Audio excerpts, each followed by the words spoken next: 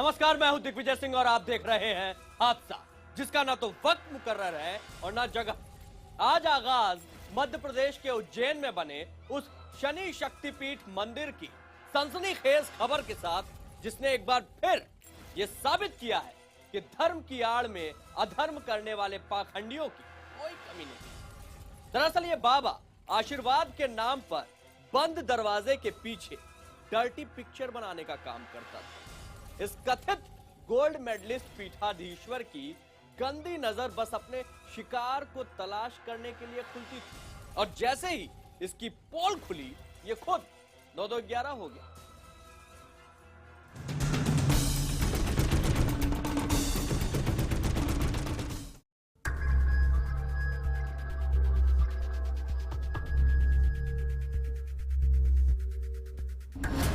तस्वीरों में छिपी एक तस्वीर।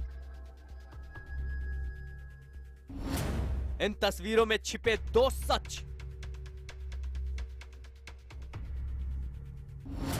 एक बेपर्दा, एक पर पर्दादारी। बंद दरवाजे के पीछे था एक खेल जारी।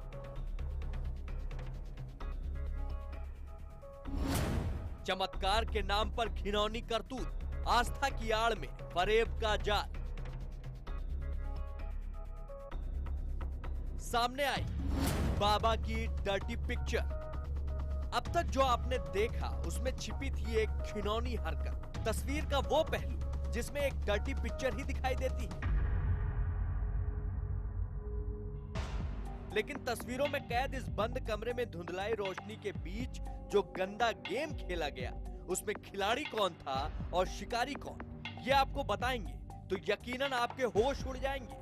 ब्लैकमेलिंग, सेक्स और धोखे से लिपटी इन तस्वीरों का पूरा सच दिखाएं। उससे पहले आपको मध्य प्रदेश के उज्जैन लिए चलते हैं। उज्जैन में शनि शक्तिपीठ मंदिर पर लोगों की बेहद श्रद्धा है। मंदिर के बाहर स्वागत करती ये होर्डिंग्स और तस्वीरें। ये हैं बाबा श्री नारायण जी महाराज। इनकी पदवी इनकी शख्सियत का एहसास कराती है। शनि शक्तिपीठ मंदिर के पीठाधीश्वर, माथे पर पीला चंदन और गले में रुद्राक्ष और मोतियों की माला। पद और पहचान से पूरी तरह धर्म के रक्षक होने का दावा। इतना ही नहीं, अगर आप पर शनि भारी है, तलाक, शादी, नौकरी में परेशानी जैसी तमाम समस्याओं का चुटकियों में हल निकाल लेते हैं। ये दावा हम नहीं, बल्कि ये दावा यहां लगा ये दूसरा पोस्टर करता है। बाबा की इस डिग्री पर ध्यान दीजिए, ज्योतिष में गोल्ड मेडलिस्ट। अब आपको सच से भी वाबस्ता करा दें जो पोस्टर में नहीं लिखा है। दरअसल बाबा को बेऔलाद महिलाओं को औलाद का वरदान देने में भी महारत हासिल है, लेकिन इस बार उनकी इसी महारत का जाल उनके जी का जंजाल बन गया और मामला शनि शक्तिपीठ से निकलकर महाकाल थाने तक जा पहुंचा। बच्चों के माध्यम से वीडियो बनाया उसने। वीडियो अभी क्या बनाओ, जब तक उनकी गिरफ्तारी नहीं होता तो पता नहीं चला, क्योंकि उसने मोबाइल पे बताया उन लोगों को। धमकी दी, बोला अगर तुमने ये मतलब मेरे को 25 लाख रुपए नहीं दिए तो मैं वीडियो वायरल कर दूंगा, लोगों को बताऊंगा। पुलिस के मुताबिक बाबा की पत्नी ने थाने में एक रिपोर्ट दर्ज करवाई है, जिसमें उन्होंने एक महिला पर नारायण श्री को ब्लैकमेल करने का आरोप लगाया है। कागजों में लिखी शिकायत कहती है कि एक महिला बाबा की नकली सेक्स सीडी बनाकर उन्हें ब्लैकमेल कर रही थी और 25 लाख रुपए की मांग कर रही थी। अब ये तो तय है कि ऐसा करने के लिए महिला को साइबर एक्सपर्ट होना पड़ेगा। बहरहाल हकीकत तो फिलहाल तफ्तीश की मोहताज है, लेकिन जरा इन तस्वीरों में सच झांकने की कोशिश करते हैं। तस्वीरों में एक शख्स रोशनी को तरसते एक कमरे में एक अनुष्ठान की तैयारी कर रहा है। सामने धर्म की आड़ में फरेब का चोला पहने एक दाढ़ी वाला शख्स नजर आता है। नीचे रखी पूजा की थाली में एक टिमटिमाता दिया जल रहा है। शख्स सामने किसी से बात करता जा रहा है और फिर वो अपने कपड़े उतारना शुरू करता है।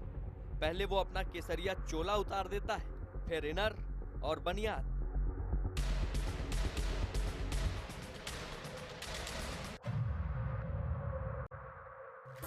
अब साहब करीब करीब बिना कपड़ों के थे।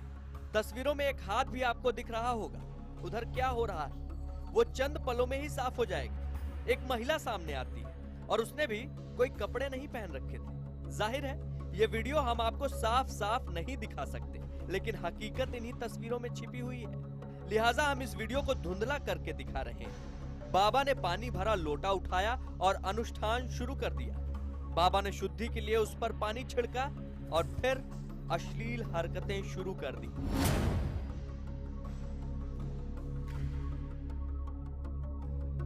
दरअसल बाबा अनुष्ठान की आड़ में इस महिला की अस्मत से खेल रहा था।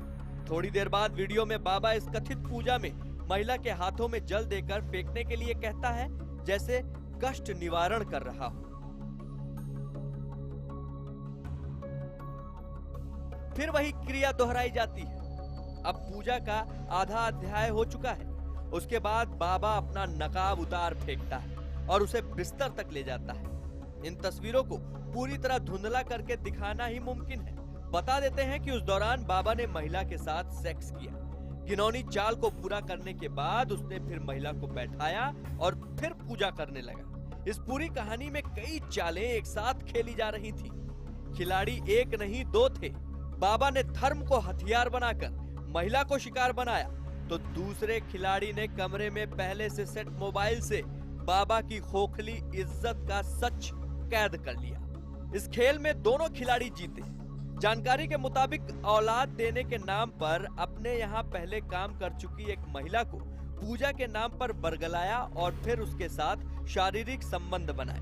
वहीं थाने में दर्ज रिपोर्ट के मुताबिक महिला ने एक शख्स की मदद से बाबा को फंसाकर ये वीडियो बनाया और ब्लैकमेल करके उससे मोटी रकम की डिमांड की। यानी जिस महिला को बाबा ने शिकार बनाकर जाल फेंका था, उसी महिला ने एक दूसरा जाल बाबा के लिए बुन रखा था।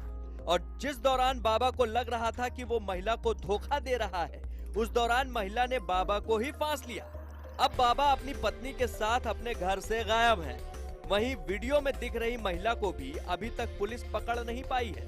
बहरहाल पुलिस इस सेक्स वीडियो की सच्चाई को सामने लाने के लिए तफ्तीश में जुटी हुई है। वो दोनों वाराणसी के रेलवे स्टेशन पर ट्रेन आने का इंतजार कर रहे थे, लेकिन तभी वहां 10-15 लोग आते हैं और उस लड़के के साथ मारपीट कर लड़की को अपने साथ जबरदस्ती ले जाने की कोशिश करने लगते हैं। तभी रेलवे स्टेशन पर मौजूद लोगों की भारी भीड़ उस एसयूवी को घेर लेती है और अचानक पलड़ा पलटता है और लड़की के साथ खड़े होने वालों की तादाद बढ़ जाती है। लड़की को बचा लिया जाता है। ये पूरा मामला पुलिस की निगाहों में नहीं आता अगर इस हादसे का वो छोटा सा वीडियो सोशल मीडिया पर वायरल न हुआ होता।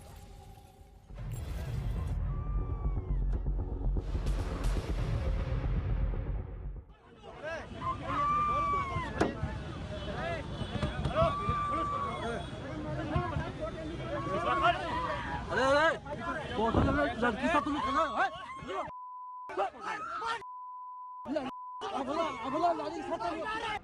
एक शहर के बीचों बीच सरेआम हुई एक लड़की के अपहरण की कोशिश। बदमाशों ने जबरदस्ती लड़की को गाड़ी में बिठाया। लड़की ने चीख चीख कर खुद को बचाया।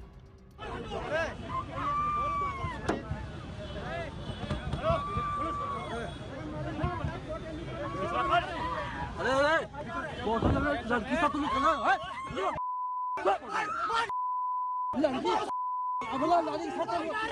इस लड़की की चीख बयां कर रही है कि इसके साथ जो कुछ भी हो रहा है वो जबरदस्ती किया जा रहा है। अगर यहाँ भीड़ न होती तो शायद अब तक ये लड़की न जाने कहां होती। यहाँ मौजूद भीड़ ने इसकी चीख का भरपूर साथ दिया और उस गाड़ी में बैठे लोगों पर थप्पड़ों की बारिश कर दी।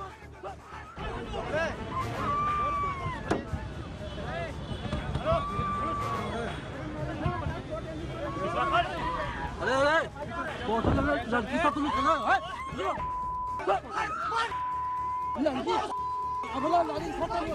पहली नजर में मामला अपहरण का लगता है, लेकिन ये अपहरण नहीं था। दरअसल इस गाड़ी में इस लड़की के अपने परिवार के लोग सवार थे जो उसे जबरदस्ती गाड़ी में बैठाकर उसकी मर्जी के खिलाफ वापस ले जाना चाहते थे। वो लोग आए और इनको अचानक से थप्पड़ मार के ट्रेन के साइड धक्का दे दिया और मुझे ज़बरदस्ती उठा के ले जाने लगे। इवन ले जाके गाड़ी में भी डाल दिया। तो वहाँ पे बहुत भीड़ हो गई थी और जीआरपी वाले कुछ आए तो मतलब पब्लिक ने बल्कि पीट के उनको जो उसमें थे गाड़ी में उनको निकाला। दरअसल तस्वीर में नजर आ रही इस लड़की का नाम स्वाति है और ये उत्तर प्रदेश के जौनपुर के लाइन बाजार की रहने वाली है। और स्वाति का जुर्म इतना भर है कि उसने अपने घर वालों की मर्जी के खिलाफ शादी कर दी। जी हाँ, सोशल मीडिया पर वायरल हुए इस वीडियो में यही स्वाति है जो खुद को बचाने के लिए चीख रही थी। दरअसल स्वाति ने घर वालों के खिलाफ बनारस के रहने वाले दूसरी जाति के एक लड़के पवन कुमार से शादी कर ली। बस इसी बात से उसका पूरा परिवार उससे खफा था। 7 फरवरी को जब ये दोनों वाराणसी के मडुआडीह स्टेशन से दिल्ली के लिए रवाना होने वाले थे, उसी समय स्वाति के घर वालों को इस बात की भनक लग गई और उन्होंने स्वाति और उसके पति पवन पर धावा बोल दिया। मैं एसी कोच के सेकंड एसी पे प्लेटफॉर्म पे खड़ा था। कुछ अज्ञात लोग अचानक आते हैं और मुझे मारना स्टार्ट कर देते हैं।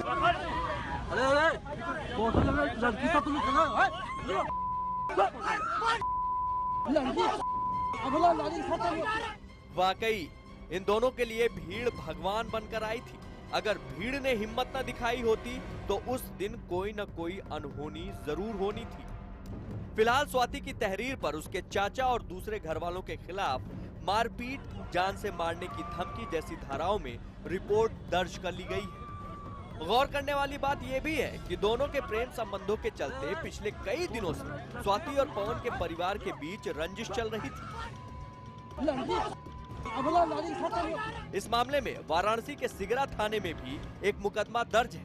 लड़की के घर वाले आए, उसके माँ बाप, उसके मैंने भाई थे, चाचा थे। जौनपुर की लड़की रहने वाली है। यहाँ एक लड़के से लव मैरिज की है, पवन वर्मा नाम का लड़का है। तो उसी में घर वाले आए, उसको गाड़ी में बिठाए। सूचना मिली, पुलिस भी पहुंची, पब्लिक भी पहुंची, उनको हटाया गया। इस हादसे के दौरान अगर मोबाइल से बना ये वीडियो न होता तो शायद ही इस घटना को इतनी तेजी से निपटाया जाता। दरअसल सोशल मीडिया पर यह वीडियो वायरल हुआ और पुलिस दबाव में आ गई, जिसकी वजह से उन्हें मुकदमा दर्ज करना पड़ा। पूरे 24 दिनों की तफ्तीश के बाद जयपुर पुलिस ने कत्ल के एक सनसनीखेज केस को सुलझाया। पुलिस के मुताबिक वारदात को अंजाम देने वाले आरोपी ने एक महिला की हत्या की थी, लेकिन इस केस की तहकीकात के दौरान जो सच पुलिस के सामने आया तो वो भी सन्न रह गई, क्योंकि कत्ल को अंजाम देने वाला आरोपी कोई मामूली अपराधी नहीं निकला, बल्कि एक शातिर सीरियल किलर निकला।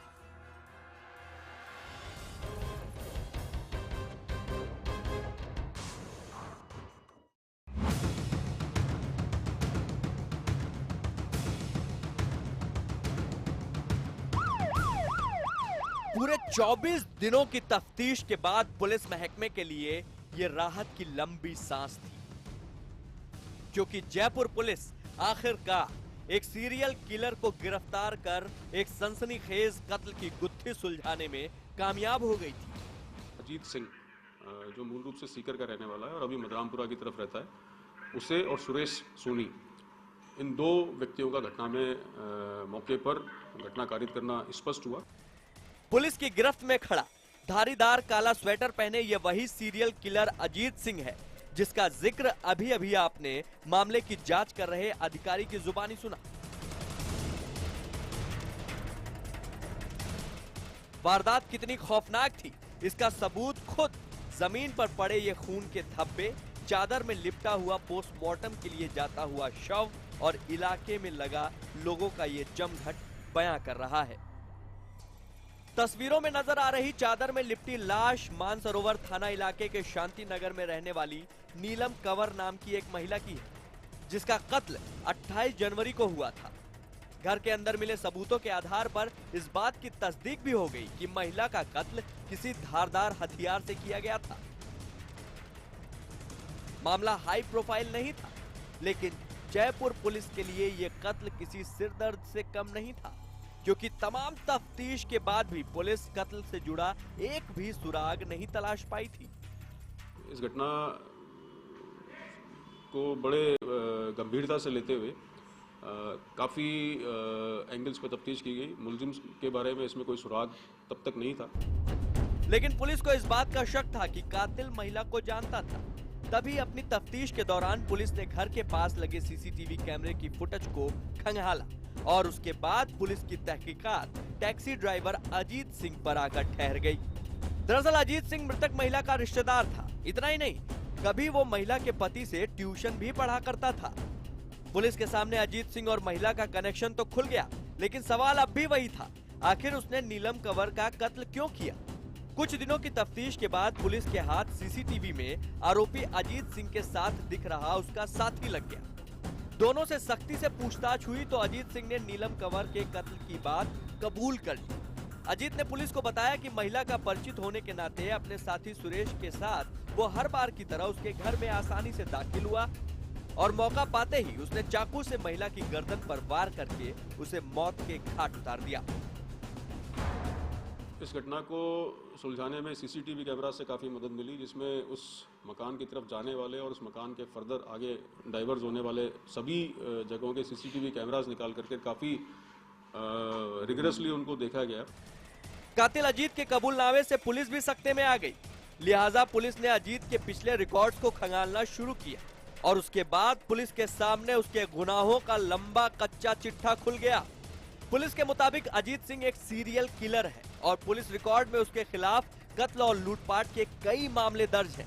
पुलिस के मुताबिक अजीत सिंह साल 2011 में कब्रिस्तान के अंदर 2 लोगों की पत्थर मारकर हत्या कर चुका है, वो भी महज 15 दिनों में। इतना ही नहीं, अजीत ने इन दोनों कत्ल के 45 दिनों के बाद मुहाना में एक शख्स की हत्या की थी और गिरफ्तार होने के बाद वो जयपुर सेंट्रल जेल में सजा काट रहा था, जहां उसकी मुलाकात सुरेश से हुई। घटना के समय जब ये गया और उसके बाद चाकू साथ में लेके गया और धारदार चाकू था और ये भी था कि बड़ी उसको जो नौसिखिया की तरह हुई, मतलब काफ़ी उसको जो कट था वो शार्प कट था। चोरी, मुकदमी प्लस हत्या और अवैध हथियार के कई मामले पहले से दर्ज है। इसमें 2 मामले सांगनेर थाने में हत्या केस के ऊपर दर्ज है जिनमें इसका चालान हुआ और एक मामला मुहाना थाने में दर्ज है जिसमें इसका हत्या में चालान हुआ है पहले। पुलिस के मुताबिक जेल से पैरोल पर निकलने के बाद उसने अपने साथी सुरेश के साथ मिलकर नीलम कंवर की हत्या की साजिश रची थी और मौका पाते ही वारदात को अंजाम दे दिया। मामले की जांच में पुलिस को इस बात की भी जानकारी मिली कि आरोपी का महिला के साथ प्रॉपर्टी का विवाद चल रहा था। फिलहाल पुलिस अजीत सिंह और साथी आरोपी सुरेश को हिरासत में लेकर आगे की तफ्तीश में जुट गई है। तो आज हादसा में बस इतना ही। जहां भी रहिए, सतर्क रहिए, सुरक्षित रहिए।